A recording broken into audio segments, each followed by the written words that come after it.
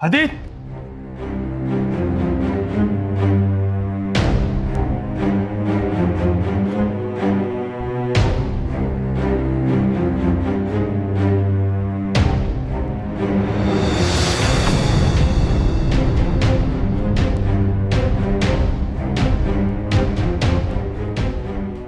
मैं आपको बता रही हूँ घर पे कोई नहीं है। बाजी की तबीयत खराब है, वो अस्पताल में है। सब ड्रामा है। वो इतनी जल्दी मरने वाली नहीं है।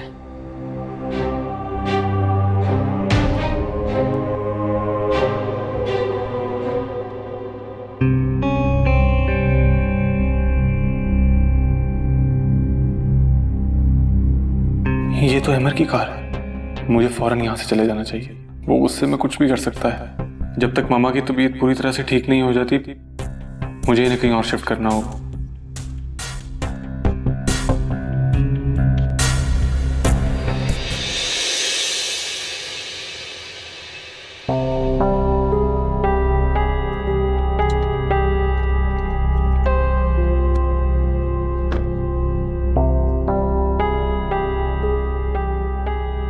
अहमर, तुम्हें मना किया था ना मैंने। बोलो ना अहमर। वो बुज़दिल इंसान अपनी माँ को लेकर छुप गया है। काश मैं फुप्पो को जबरदस्ती अपने साथ अपने घर ले आता। बुशरा भी बेवकूफों की तरह वहां रिश्ता मांगने चली गई है। तुम्हें तुम्हारे ससुराल के साथ खड़ा देखकर भी उसको शर्म नहीं आई। अहमर, मेरी बात गौर से सुनो। तुम्हारा ये जज्बातीपन हम सबको किसी बड़ी मुश्किल में डाल सकता है। प्लीज ट्राई टू अंडरस्टैंड यार। ये तो अच्छा हो गया कि वो लोग तुम्हें यहां नहीं मिले। अब चलो शराफत से घर चलो, घर चल के बात करते हैं। चलो चलो, मैं तुम्हें कह रहा हूं घर चलो। बैठो गाड़ी में। अहमर, मेरे पीछे आओ फौरन।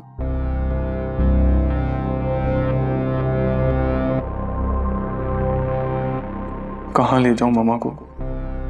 अगर अमर यहाँ शाम मामू दोबारा घर आ गए तो मामा वो टेंशन बिल्कुल बर्दाश्त नहीं कर पाएंगी।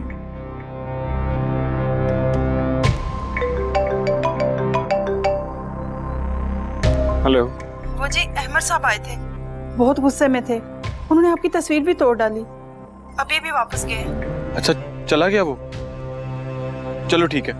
और जी वो शाम साहब भी आए थे, उनको ले जाने के लिए। ठीक है, मैं 10 मिनट में पहुंच रहा हूँ। जी।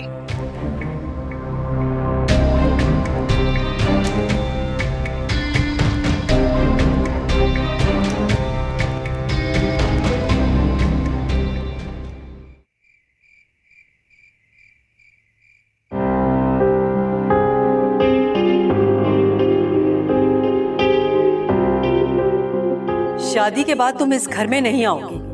ये सुल्तान का फैसला है। भूल जाना तुम शोभी को और हम दोनों को। जिस दिन तुम इस घर से रुखसत होगी ना, समझना कि हम मर गए तुम्हारे लिए। मैं क्या करूं शोभी, बहुत मजबूर हूं। मेरी बेवफाई उन निगाहों से बहुत बेहतर है जो मुझ पर उठेंगी। अहमद मुझे कभी कबूल नहीं करेगा और ना ही मम्मी डैडी कभी सर उठाकर जी सकेंगे। काश मैं खुदकुशी कर सकती, लेकिन उसके बाद मम्मी डैडी सबको क्या जवाब देंगे। मुझे बुशरा आंटी को फौरन कॉल करनी चाहिए कि वो आकर डेट ले ले।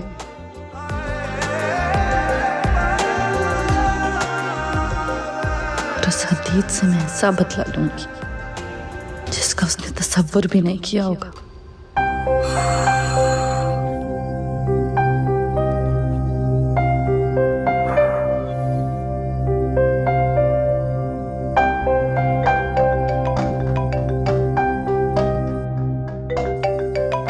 सोबिया की कॉल।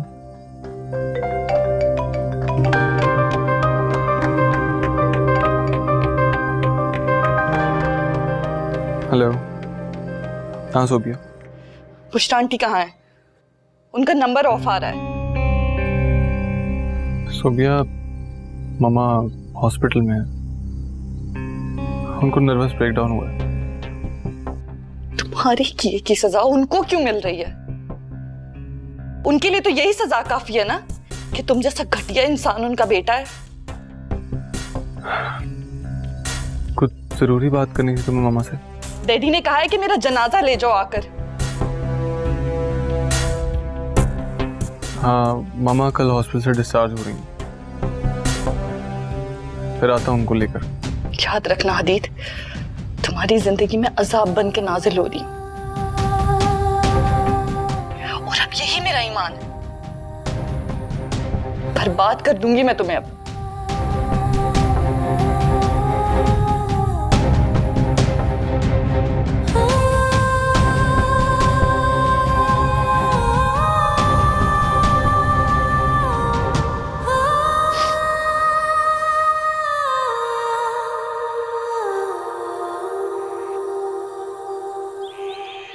यार जेपी, मुझे बताओ कि मैं इस सिचुएशन को किस तरह हैंडल करूं।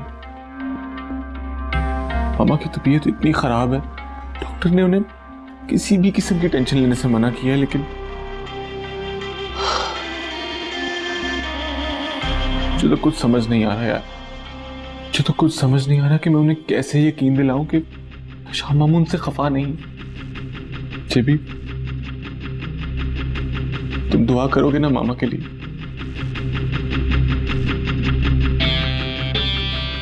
एक तुम ही तो मेरे,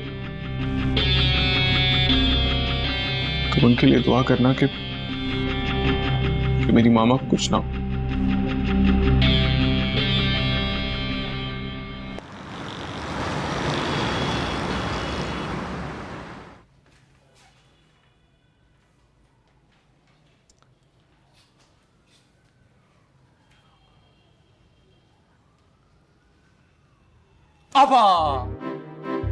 वो फोश है, कभी तो आराम से भी घर में दाखिल हो जाया करो। दाखिल हो जाओ? मुझे आधा घंटा हुआ है आए हुए। अब तो मैंने कपड़े भी बदल लिए हैं। अरे आपा, जब तक आपको ना देखो सुकून ही नहीं मिलता। और वैसे भी हमारे पास कौन सा कोई खजाना है? एक आप ही हैं मेरा खजाना, मेरी दौलत। तो जब तक आपको ना देखूं वो खुशी नहीं मिलती दिन की। लेकिन अशर, अक्सर लोग जब सौतेली बहन कह के बात छेड़ते हैं ना, तो सच में बहुत तकलीफ होती है। आपा, आपको किसने कहा है कि आप उन लोगों की बातों पे अहमियत दें? एक कान सुना करें और दूसरे कान से निकाल दिया करें। बल्कि कहा करें कि सुनो सुनो, ये अशर मेरे अब्बू की दूसरी बीवी का बेटा है और मैं उनकी पहली बीवी की बेटी। हमारा बाप तो एक है ना आपा। यहाँ पे लोगों को मसला होता है हमारे अब्बा के लोगों ने 2 शादियां पकड़ ली। और वैसे भी आपा, ये सगा सुतेला मेरी समझ में बिल्कुल भी नहीं आता। हमारा खून एक है, हम बहन भाई, बात खत्म। काश अब्बा के इंतकाल के वक्त इतनी बड़ी होती कि तुम्हें यहाँ वहां कहीं भी पल्ले न देती, अपने साथ रखती। मुझे तो चचा अपने साथ ले गए थे, उनके दिल में मेरे लिए बहुत रहम आया हुआ था। हाँ, रहम, मुझे पता है वहां कैसे रहती थी, ठीक है। और अगर वो इतने अच्छे होते ना तो आपकी शादी देखभाल कर करते। वो शराबी रहीम के साथ आपकी शादी ना कर देते। आप फिक्र मत कर, मैं जल्दी उस रहीम से आपकी जान छुड़वा दूंगा। अरे नहीं नहीं, अब रोइएगा मत। आपको पता है अजीब वाकया मेरे साथ पेश आया। अशर, एक तो मैं तुम्हारे ना इन किस्सों से तंग हूं। इतने लंबे लंबे तुम्हारे किस्से होते हैं। तो मजे के भी तो होते हैं मेरे किस्से, ठीक है, नहीं सुनाता। अच्छा, अगर आप कह रही है तो मैं आपको सुनाई देता हूँ, ठीक है। राजा इब्राहिम कमाल का पता है ना, उसको लेने जा रहा था। रास्ते में आंटी मिल गई, मेरे सामने बेहोश हो गई। मैंने एम्बुलेंस को कॉल कर दिया। एम्बुलेंस को कॉल किया तो वो हॉस्पिटल ले गई आंटी को।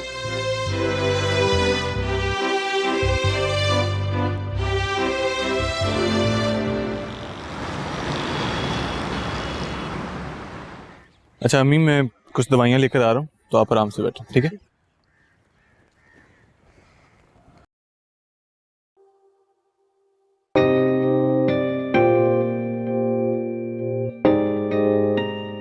अरे हदीद, आप, मैं अभी आपको फोन करने लगा।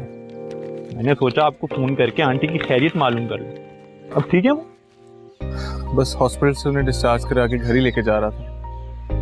केमिस्ट के पास कुछ दवाइयाँ लेने के लिए रुका था, तो आपसे भी मुलाकात हो गई। मुझे भी बहुत अच्छा लगा आपसे मिल। मैं आंटी से मिल। अच्छा अच्छा, सुनो,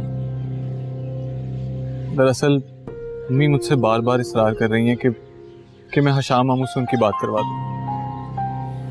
वो ये नहीं जानती कि उनके भाई ने उन्हें अभी तक माफ नहीं किया। दरअसल यार मुझे आपकी थोड़ी सी हेल्प और चाहिए, और प्लीज आपको थोड़ी सी एक्टिंग बस और करनी होगी। प्लीज यार मना मत करना, मैं बहुत दिल से बोल रहा हूँ यार। मुझे लगता है अल्लाह ने मुझे आपसे मिलवाया इसलिए कि मैं आपकी मदद कर सकूं, और ये काम मैं खुशी खुशी करूंगा। अब बताएं मुझे बोलना क्या होगा, तो बोल। मैं बहुत अच्छी तरह समझ गया हूँ, ठीक है? तुम जाओ, मैं मिल के आता हूँ। ठीक।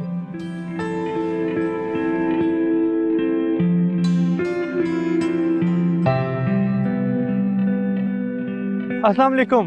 वालेकुम क्या हाल है अस्सलाम। आपका? अल्लाह का शुक्र है, मैं आपकी तबीयत पूछने आ रहा हूँ। मैं ठीक हूँ। शुक्र है आप डिस्चार्ज हो गई, आप अच्छी लग रही हो।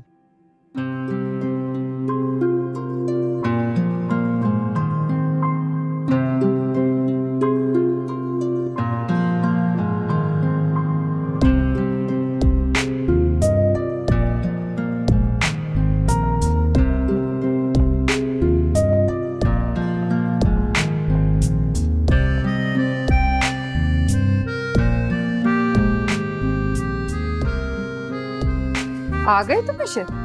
जी, और ये रही आपकी दवाइयाँ। बहुत थके हुए लग रहे हो, चाय बनाऊं तुम्हारे लिए? नहीं, रहने दें। क्यों?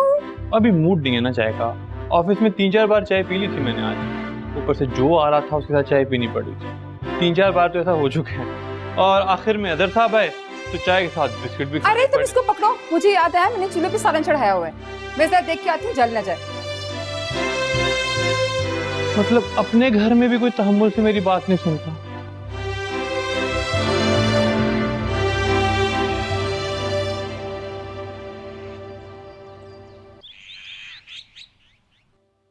बेटा, मैं एक बार हशाम भाई के गले लग के खूब रो लूंगी ना, तो मुझे सुकून मिल जाएगा। आंटी, आप अपने भाई की पोजीशन को जरा समझने की कोशिश करें ना। मामला काफी नाजुक है। पता नहीं उन्होंने मुझे दिल से माफ किया भी है कि नहीं। मैंने तो बहन होकर उनकी पीठ में खंजर घोंप दिया। तो मामा अशर ठीक ही तो कह रहे हैं। जैसे ही शाम मामू ने आपकी खराब तबीयत के बारे में सुना था तो अपनी सारी नाराजगी भूल गए थे। हाँ हाँ हाँ, उनकी तो आंखों में आंसू आ गए। मैं हॉस्पिटल से डायरेक्ट उनकी तरफ गया था ना। रोई जा रहे थे, मेरी बहन बुशरा, मेरी बहन बुशरा। अब देखिए ना, उनकी बीवी और बेटे का मसला है, तो आप फिक्र ना करें, ठीक हो जाएगा। ओए, आपको पता है मेरे चाचू और फूफू का भी मसला था। मेरी चाची ने ना मेरे चाचू को जाने नहीं दिया वहां पे। अशर, आप शाम मामू से मिलते रहिएगा और उनके आने की खुशखबरी हमें जल्दी सुनाइएगा। शायद हशाम भाई मुझे कॉल करना चाह रहे हो।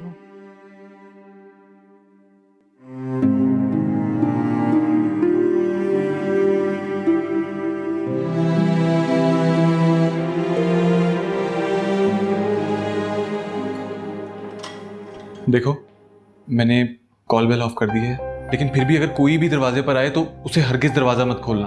आप बिल्कुल फिक्र ना करें, मैं चुपचाप अंदर ही रहूंगी। मैं तो चाह रहा था कि जब तक मामा पूरी तरह से ठीक नहीं हो जाती मैं उन्हें कहीं और शिफ्ट कर दूं, लेकिन वो मानी ही नहीं।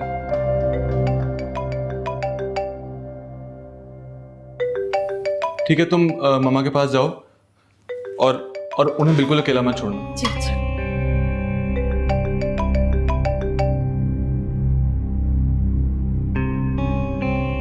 अस्सलाम वालेकुम सुल्तान अंकल। जुमे की शाम अपनी मां को साथ लेकर आना और सोबिया की रुखसती करवा कर ले जाना। खबरदार, अगर किसी अजीज या दोस्त को साथ लाए तो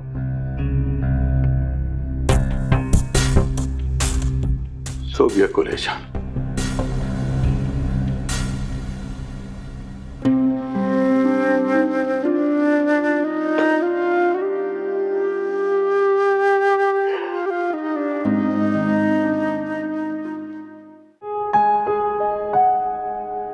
सोफिया बाजी।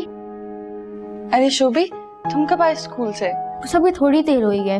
मम्मी कह रही थी कि परसों आपकी शादी हो जाएगी और फिर आप हमारे घर से चली जाएंगी। शोभी मेरी जान, तुम तो बहुत बहादुर हो ना। तुम ऐसी बातें करोगे तो मेरा ख्याल कौन रखेगा?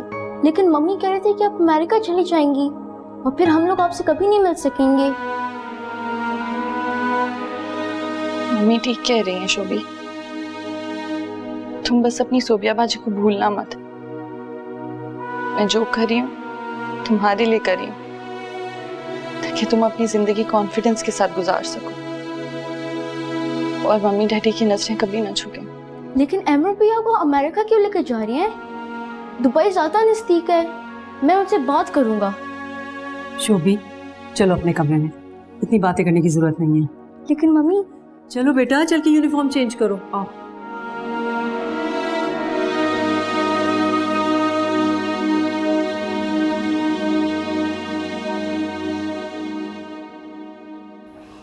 ये कैसी शर्त है सुल्तान की कि सिर्फ हम तो जाकर दुल्हन ले आए? कैसी दुल्हन? वो तो कह रही है कि हम दोनों आकर उसका जनाजा ले जाएं और बस ये शादी हो रही है उसे हम गनीमत समझें। ठीक ही कह रही है, ऐसी ही शादी है ये। हदीद, मैं हर शाम भर से मिलना चाहती हूँ। मेरा दिल नहीं मानता। मैं उनसे इजाजत लेना चाहती, मैं उनके पाँव पकड़कर उनसे माफी मांगना चाहती हूँ। नहीं नहीं नहीं मामा, हो सकता है कि वो एक बार फिर इमोशनल हो जाए और आखिर उनके बेटे का मामला है। आप बाद में जाकर उनसे माफी मांग लीजिएगा।